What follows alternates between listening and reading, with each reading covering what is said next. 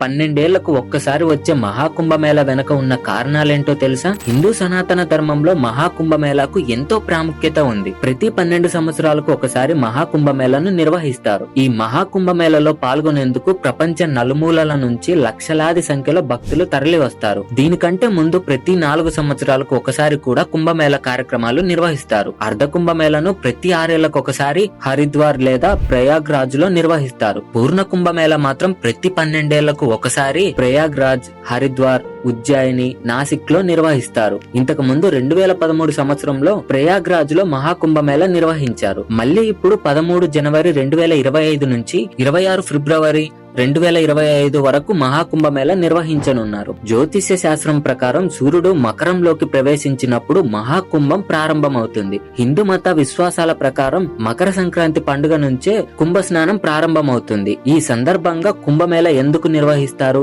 దీని ప్రాముఖ్యతలేంటి, కుంభమేళా చరిత్ర రహస్యాల గురించి ఆసక్తికరమైన విశేషాలను ఇప్పుడు తెలుసుకుందాం. కుంభమేళా స్నానానికి దాదాపు 850 ఏళ్లకు పైగా చరిత్ర ఉంది. దీన్ని ఆది శంకరాచార్యులు ప్రారంభించినట్లు చరిత్ర ద్వారా తెలుస్తుంది. పురాణాల ప్రకారం సాగర మదనం ప్రారంభమైనప్పటి నుంచి కుంభం నిర్వహించినట్లు చెప్తారు. కొందరు పండితులు దీన్ని గుప్తకాలం నుంచి ప్రారంభించినట్లు చెప్తారు. అందుకు చక్రవర్తి హర్షవర్ధన్ దగ్గర కొన్ని ఆధారాలను చూడవచ్చు. వీరి తర్వాత ఆది శంకరాచార్యులు, ఆయన శిష్యులు, సన్యాసులు అఘోరాలకు సగం ఒడ్డున రాజస్నానానికి ఏర్పాట్లు చేశారు.